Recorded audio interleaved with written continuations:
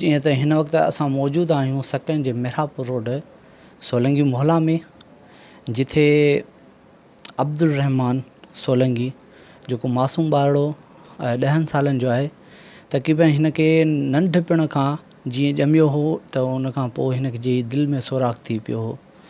हिन जो वाल साहबु कशमाकशी जी ज़िंदगी गुज़ारे रहियो आहे।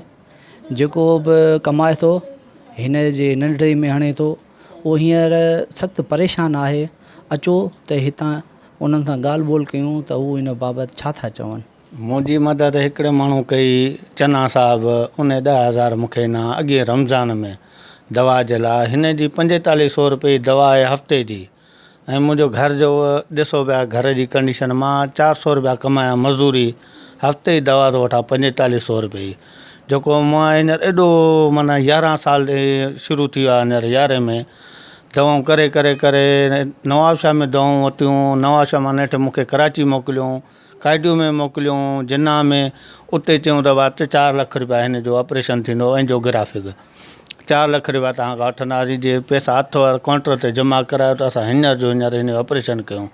हाणे मूं वटि 4 लख रुपया किथां आया? मां ग़रीब माण्हू किरायो करे उते मस पहुतुसि, वरी हुतां फ़ोनूं करे संगत वारनि खे वरी मूं पैसा घुरायानि, किरायो करे वरी मां हिते पहुतो आहियां। मां इलाजु न कराए सघियुसि।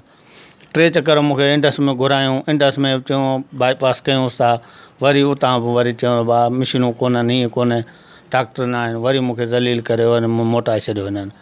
हाणे जेको आहे मुंहिंजो एॾो हींअर मूंखे तकलीफ़ आहे। मां ग़रीब माण्हू जेको ॾिसो पिया तव्हां त मां पेट खाइण में पूरो लॻो पिया। मां हिन मिसकिन ॿार जी दवा वठण जे लाइ हाज़ुर त पेट खाइण जे लाइ। ऐं मुंहिंजो घर ई किरी पियो आहे सॼो। हींअर मां घर बि त कोन थो ठाराए सघां, पर मां हिन जी दवा नथो करे सघां।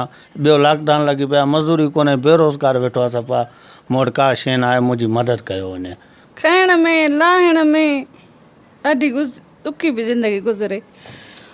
तव्हां कंहिं मदद कई आहे? कीअं बि कोन्हे। आया आहिनि, भरे विया आहिनि, पर मदद कीअं बि असांजी कोन कई आहे।